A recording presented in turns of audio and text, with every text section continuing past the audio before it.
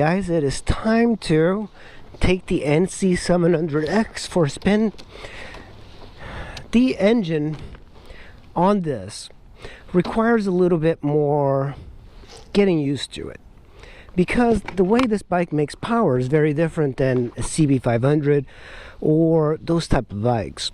You always have to make sure the parking brake is off and then hit this. Very simple to get it going, and the clock is very easy to shift. You only have 4,000 miles on this thing. That is crazy. This is a very low mileage bike. These bikes, I have done a lot of research, and you can put hundreds of thousands of miles on them because of the way they make power. It doesn't rev up a lot. So I'm already like reaching for my shifter, but all you do is, in order for this to work, you're currently in neutral here, you just put it on D and you're ready to drive, as long as you have the kickstand up. If you want to switch it to manual, you have a button here that says AT/MT, MT manual, and then you use the paddle shifters on the left. I actually think if you bought this as a automatic, the last thing you want is to mess around with the Tiptronic, which is not very intuitive.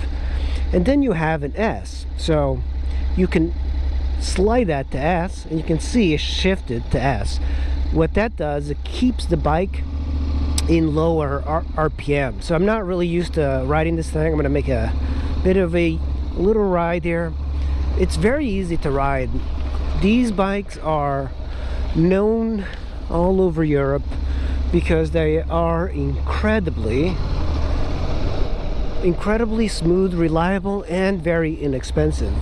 In the United States, they're not really sought after, and I've been curious about it. I've always thought that these bikes would be perhaps a little bit more popular, because this particular bike is one of the most efficient bikes I have ever owned, and the reason is because of the engine. The engine faces forward, and it's like a scooter engine with 2 cylinders. It's a parallel twin. That's the flavor of the day for most bikes, and extremely easy to ride. It's got a little bit more suspension than a regular street bike, so when you're commuting through Europe, that's what you want. And it's got plenty of power. You're not going to be tearing it up in canyons, because the suspension on this is very budget. The power is really not much of it. It makes plenty of power, but you have to realize it's a 700cc, kind of like the tuned bike that revs very low. It makes most of its power like really low in the RPM range. And I've had 2 of these. I had a automatic and I've had a 6-speed. In a way, I prefer the 6-speed just because it keeps the weight low, keeps the complexity low. And look at this, you come up to a stop sign, no need for shifting. It shifts for you. And I mean, we can put it in sport mode, but there's not much need. You could shift it out of automatic, put it in manual, and now you have the ability of shifting it over here. This one's been a little bit more sun weathered.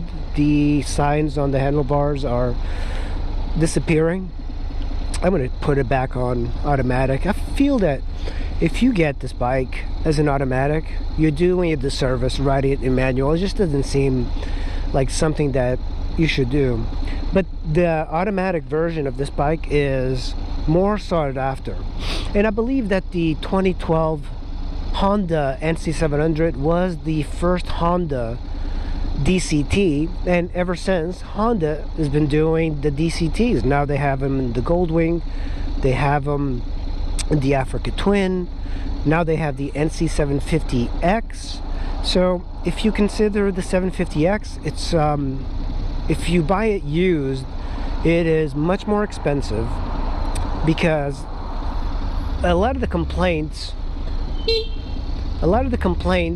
from the NC700 owners it was because of the bike wasn't fun to ride.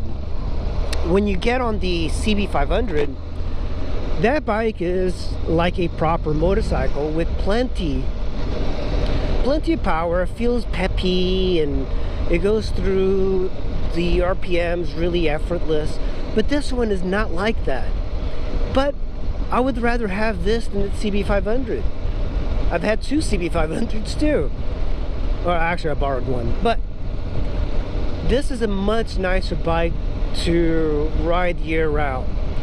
It gets such good gas mileage, 70 miles to the gallon. Imagine you change the gear ratios, and this bike is just one of those things that will get you through the gas apocalypse. Of course, I did own a Honda CTX, and that's the same engine, but none of the flavor of this bike. You know, NC stands for new concept, and this is a new concept. It's, why do we need gas tanks up here?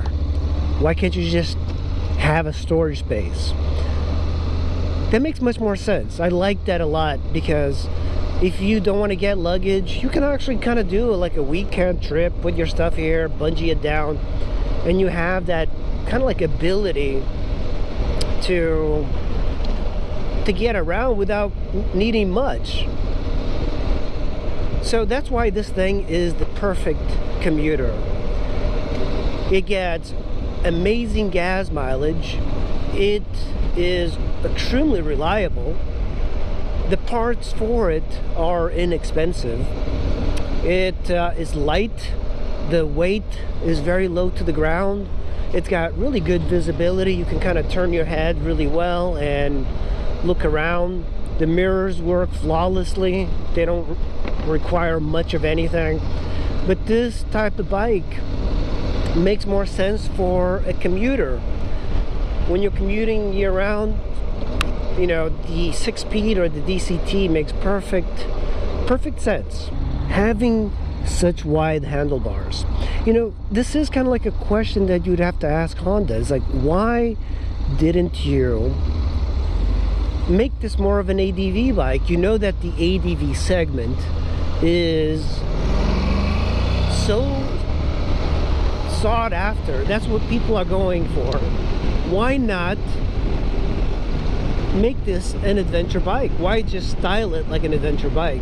Well, it's the same reason the Honda Transalp is going to be popular, or perhaps not popular. The Honda Transalp is kind of like an Africa twin for people who are rational. This bike is for people who are rational. You get this bike really if you want to save money on gas. Oh, that's where Pita is. That's crazy. This is a beautiful city, Norfolk. You get this bike because it's easy to live with. I mean, this thing has just got perfect visibility.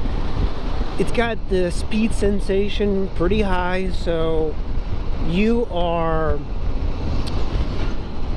definitely feeling like you're going faster. And for a guy like me that tends to ride a little aggressive sometimes, it's nice to know that I'm going fast and I need to slow down. On the ST1300 RT, you look down, you're doing like 100 miles an hour, and you wonder why the cop is pulling you over. There's no reason. Like on this, I know that I'm going fast. Like, you can feel it. You can feel the speed.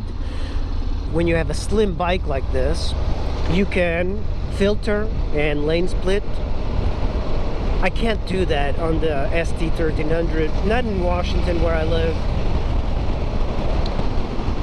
When you're in Washington, the streets are smaller. Like, these are pretty decent, but I do love having the ADV style of bike though. Look at that, just going. I don't have to shift. It's kind of cool, but I do like shifting. I'm so used to shifting.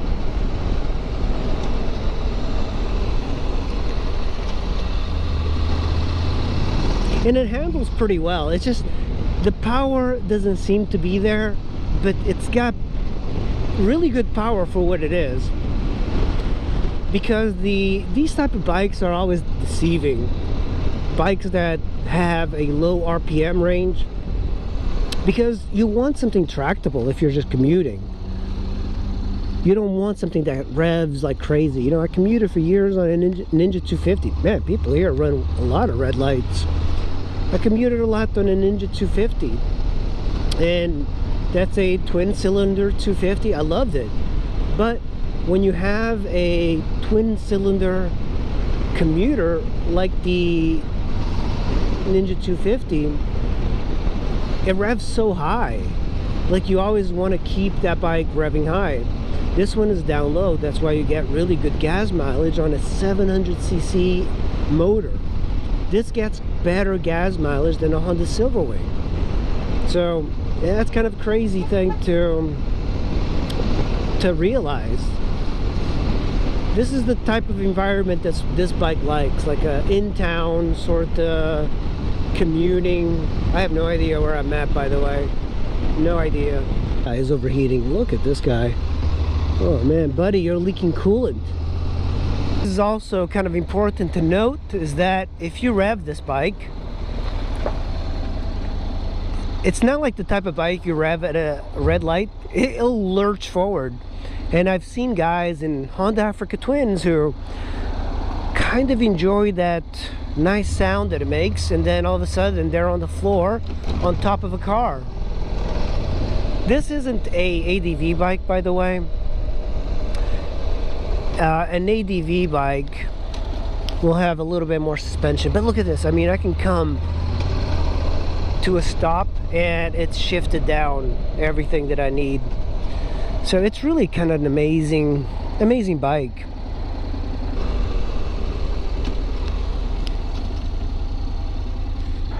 I've always been a fan of these, but I've never kept the NC for a long time, because in my garage I had the Super Tenere, and this kind of feels like a smaller version of it. And I think a lot of guys, they get the Africa Twin and then they think they're going to go for adventures, but they really just commute. This bike is really just a commuter. This is exactly what half of those guys should be riding if they didn't have an ego attached to riding. And that's mostly what the adventure market is. It's all show. It's like you're selling the image of adventure, but you can have an adventure on any bike. And this thing, even with the 17-inch wheels, it's the type of bike that you can have a really cool multi-trip day. And that is the ride on the NC700X. Hope you guys enjoyed it. Make sure you hit like and subscribe, and I'll see you in the next video.